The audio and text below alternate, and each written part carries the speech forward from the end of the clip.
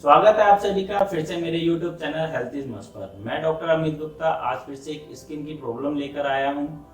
बहुत ही इंपॉर्टेंट है। फीमेल्स महिलाएं ज़्यादा परेशान रहती हैं कि गालों पे झाइयाँ पड़ गई हैं, ब्लैक स्पॉट्स हो गए हैं, जिसे हम मिलाज्मा बोलते हैं, हाइपर पिगमेंटेशन बोल सकते हैं, ब्लैक स्पॉट्स बोल सकते हैं। कैसे हमारी नॉर्मल स्किन रिएक्ट करती है, क्यों कालापन आता है शरीर में, क्यों डार्क हो जाती है स्किन, तो सारी बातों को आज हम जानेंगे। सबसे इम्पोर्टेंट कि इसके बचाव कैसे कर सकते हैं और इसका ट्रीटमेंट क्या है। तो आज की वीडियो को अंत तक जरूर देखें। कोई भी क्वेरीज है डॉकवाइज ऐप पर पूछ सकते हैं या फिर मेरी वेबसाइट healthismust.com पर आप जाकर पूछ सकते हैं। सबसे पहले हम जानते हैं कि स्किन में कहीं पर्टिकुलर रीजन में डार्क या टैनिंग क्यों हो जाती है, या छोटा सा पैच ये चीक्स पर बन जाएगा, चिन पे बन जाएगा, फोरहेड पे बन जाएगा, फोर आर्म्स पे बन जाता है। मोर कॉमनली फीमेल्स में होता है। इसका भी रीजन जानते हैं आगे। आखिर ये होता कैसे है, इसके लिए हमें समझना होगा जो हमारी स्किन है इसमें नॉर्मल मेलानिन पिगमेंट्स होते हैं।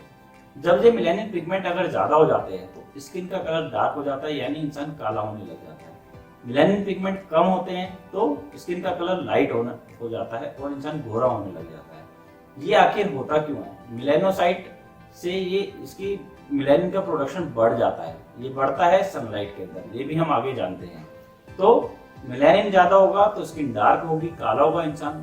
कम होगा, अगर नॉर्मल वैल्यू से कम है तो उसे हाइपोपिगमेंटेशन बोलते हैं। आप देखते हैं सफेद सफेद दाग हो गए हैं, तो वो हो सकता है अगर पर्टिकुलर एरिया पे मेलानिन की एक्टिविटी कम हो गई है। अगर ये पिगमेंट बिल्कुल ही नहीं है तो वो तो फिर एकदम ही व्हाइट, एकदम आपने देखा होगा कुछ लोगों की एकदम प्योर व्हाइट स्किन हो जाती है। तो इसका मतलब वहां पे डी पिगमेंटेशन हो गई और मेलानिन की एक्टिविटी एकदम खत्म हो गई। ऐसे ही टैनिंग में होता है। इंसान सनलाइट के अंदर जाता है, मेलानोसाइट की एक्टिविटी बढ़ जाती है, मेलानिन का कंटेंट बढ़ जाता है, जो कि ब्राउन कलर हमारी स्किन पे ज्यादा आ जाता है और इंसान का कलर डार्क हो जाता है। मिलाज्मा फीमेल्स में ज्यादा होता है मेल के कंपैरिजन में। मैं बार बार ये बात बता रहा हूँ क्योंकि मेल्स में बहुत कम है, फीमेल्स में ज्यादा है। आखिर ये होता क्या है? डार्क स्पॉट, एकदम डार्क कलर के पैचेस बन जाते हैं। कहाँ पर? जो सन एक्सपोज्ड एरिया होता है, मतलब जहाँ पर धूप की डायरेक्ट किरणें पड़ती हैं हमारी स्किन पर, तो ये ज्यादा हो जाता है। फेस के कुछ पर्टिकुलर पार्ट्स में होता है, जैसे चीक्स, फोरहेड, चिन, अपर लिप्स, यहाँ पर ये ज्यादा होता है, या फोर आर्म्स में। अब हम जानते हैं कि ये हाइपर पिगमेंटेशन के कारण क्या होते हैं। सबसे मुख्य कारण है सनलाइट। सनलाइट में जैसा मैंने पहले बताया, मेलानोसाइट की एक्टिविटी बढ़ जाएगी, मेलानिन का कंटेंट बढ़ जाएगा और स्किन डार्क होने लग जाएगी, हाइपर पिगमेंटेशन हो जाएगा। सेकंड है इन्फ्लामेशन। इन्फ्लामेशन मतलब स्किन में कहीं से भी रिएक्शन हो गई है। जैसे आप समझ लें कि चोट लगती है हमें, तो वहां पे घाव बनता है, फिर धीरे धीरे स्कैब बन जाता है। तो ऐसी अगर स्किन में इन्फ्लामेशन है तो वहां पर धीरे धीरे मेलानिन का कंटेंट बढ़ जाएगा।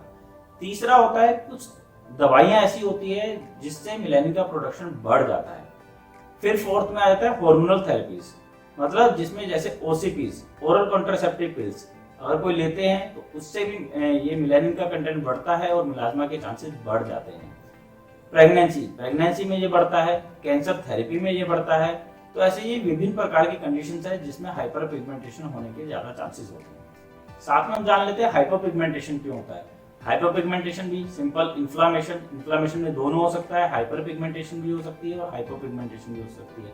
कुछ दवाइयां ऐसी है जिससे हाइपर पिगमेंटेशन हो। और तीसरा infection, mainly fungal infection, tinea या कैपिया का इन्फेक्शन होता है, फंगल इन्फेक्शन होता है जिससे हाइपोपिगमेंटेशन होता है। आपने देखा होगा कई बार थोड़ा सा पर्टिकुलर पार्ट सफेद हो गया, उसके चारों तरफ हल्का सा किनारा बन गया है, आपको बॉर्डर दिखेगा, तो वो यूजुअली फंगल इन्फेक्शन होता है। उसमें एंटी फंगल ऑइंटमेंट लगाते हैं तो तुरंत ठीक हो जाता है।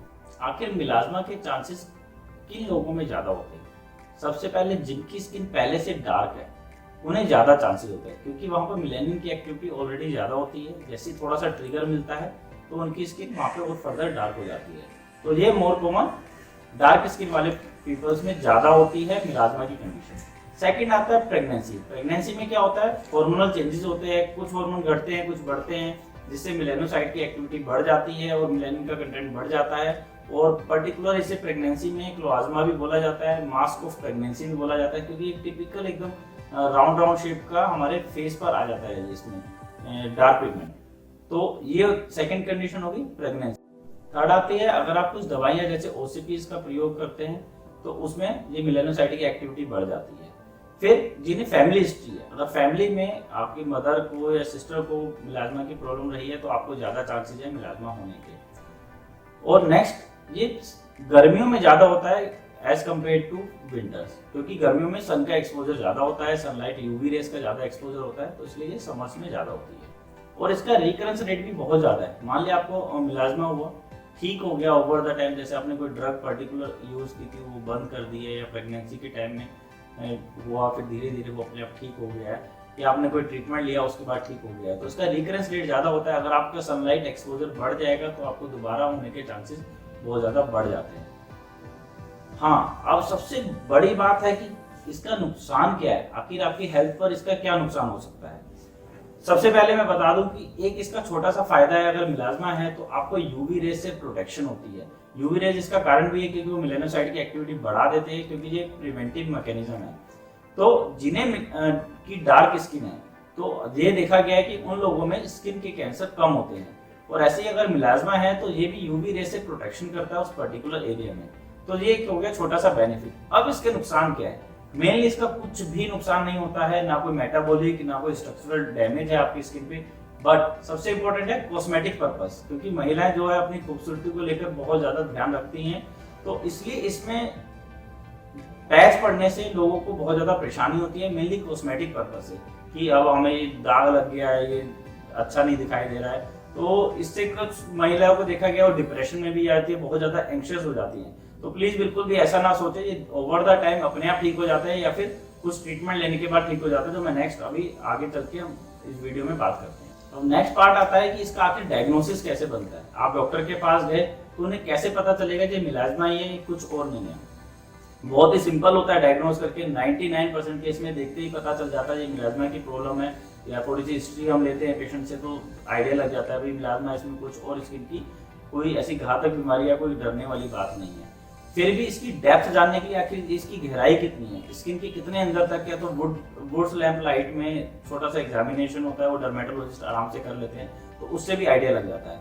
अगर फिर भी बात नहीं बनती है, कुछ और हमें शक लगता है, डॉक्टर्स को लगता है नहीं ये कुछ और भी हो सकता है, तो स्किन स्क्रैपिंग या फिर बायोप्सी लेके एकदम कंफर्मेटिव हो जाता है कि भाई ये किस कारण से वहाँ पर हाइपर पिगमेंटेशन हुई है, मिलाज्मा है कि मेलानोसाइट की एक्टिविटी बढ़ी है, या कुछ और तो कोई कारण नहीं है।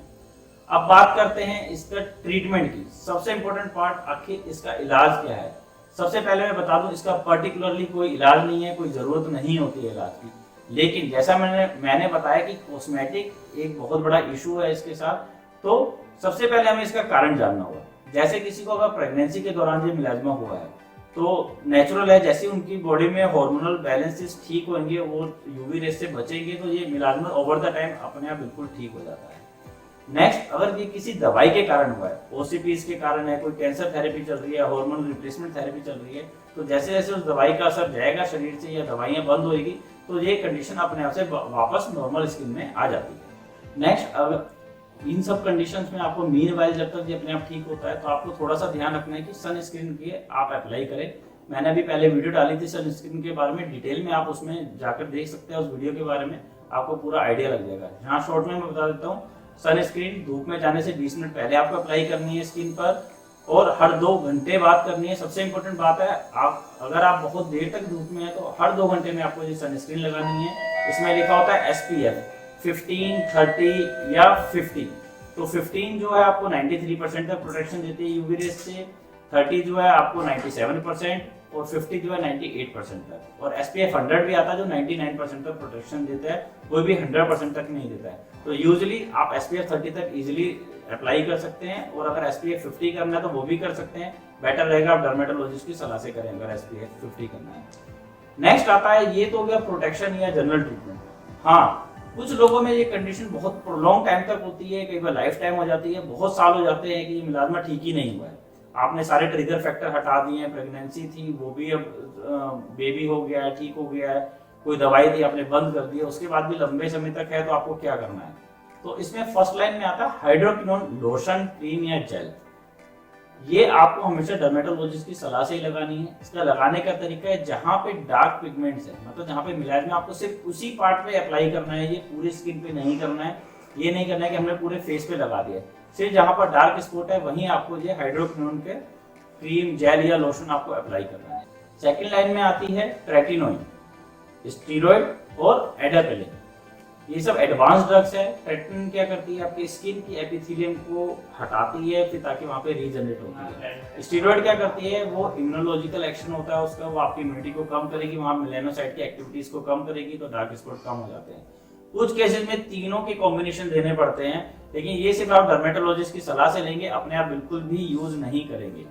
ये नहीं है कि मार्केट में गए अपने आप ट्रेटिनोन या आइडाब्लिन का सॉल्यूशन ले लिया और आपने लगा दिया, ऐसा नहीं करना है। तो फर्स्ट लाइन थी हाइड्रोक्विनोन, सेकंड में ट्रेटिनोन आइडाब्लिन, थर्ड में कोर्टिकोस्टेरॉइड। इनका कॉम्बिनेशंस भी यूज होते हैं और सिंगल भी यूज होती है। ये डर्मेटोलॉजिस्ट को तय करने दीजिए कि आपकी स्किन के हिसाब से कौन सी दवाई आपको सूट करेगी, या फिर वो अपने हिसाब से मॉडिफाई कर सकते हैं प्लस। नेक्स्ट आता है कि ये कई बार क्या होता है, फंगल इन्फेक्शन के कारण भी होता है। हमें लगता है ये नॉर्मल है, बट आपको फंगल इन्फेक्शन चल रहा होता है, तो ऐसे में क्या करना है, एंटी फंगल क्रीम लगानी है।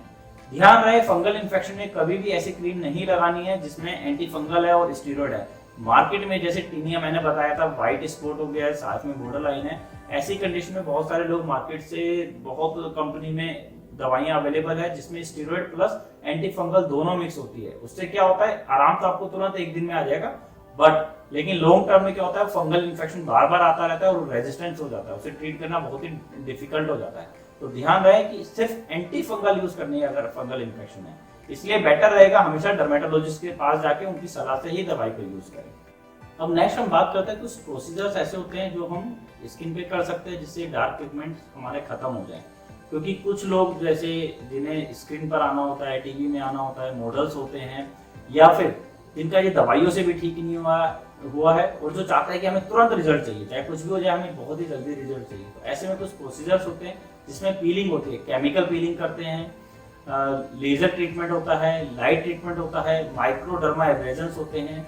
ये लेकिन ध्यान रहे बहुत ही एक्सपीरियंस डॉक्टर से ही करवाना है, क्योंकि इनके साइड इफेक्ट्स बहुत हो सकते हैं। अगर प्रोसीजर गलत हो जाए तो उसके आपको कॉस्मेटिक उल्टे इफेक्ट्स भी आ सकते हैं।